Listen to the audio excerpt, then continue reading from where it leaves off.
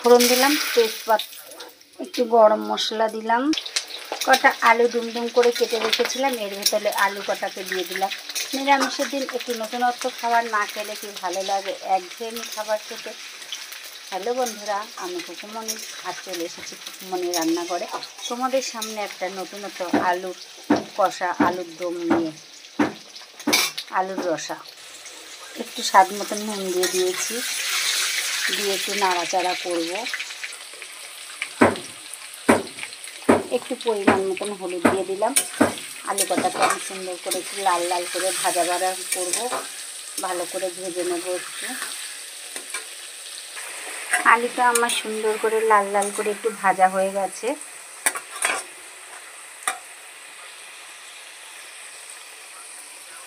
আমি একটু মশলা করে রেখেছি, জিরে, আদা, একটু কাজু বাদাম, কিশমিশ এবং শুকনো লঙ্কা। এই মশলাটাকে এর ভিতরে দিয়ে দেবো।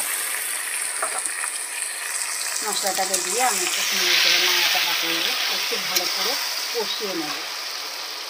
এটার মধ্যে একটু স্বাদ মতন লবণ দিয়ে দেবো, পরিমাণ মতো একটু হলুদ দিয়ে দিলাম, দিয়ে এটাকে এবার আমি একটু সুন্দর করে কষাবো।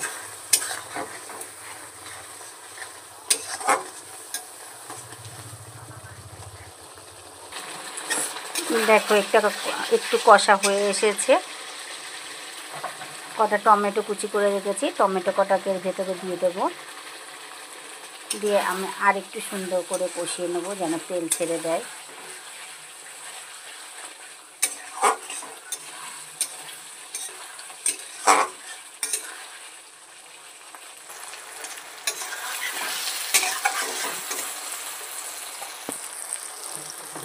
কষাটা আমার হয়ে গেছে।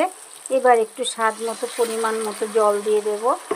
বেশি জল দেব না, যেহেতু কাশ্মীরের আলুর দম একটু টেস্টি হবে, কষা কষা হবে, তার জন্য একটু স্বাদ মতো অল্প জল দিয়ে দিয়েছি। দিয়ে এবার আমি 5 থেকে 10 মিনিট এটাকে একটু ঢেকে রেখে দেব। আলুর দমটা হয়ে গেছে।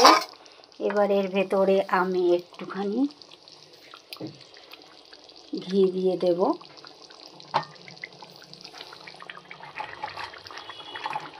কটা বাদাম ভেজে রেখেছি ছড়িয়ে দেব, একটু নাড়াচাড়া করব।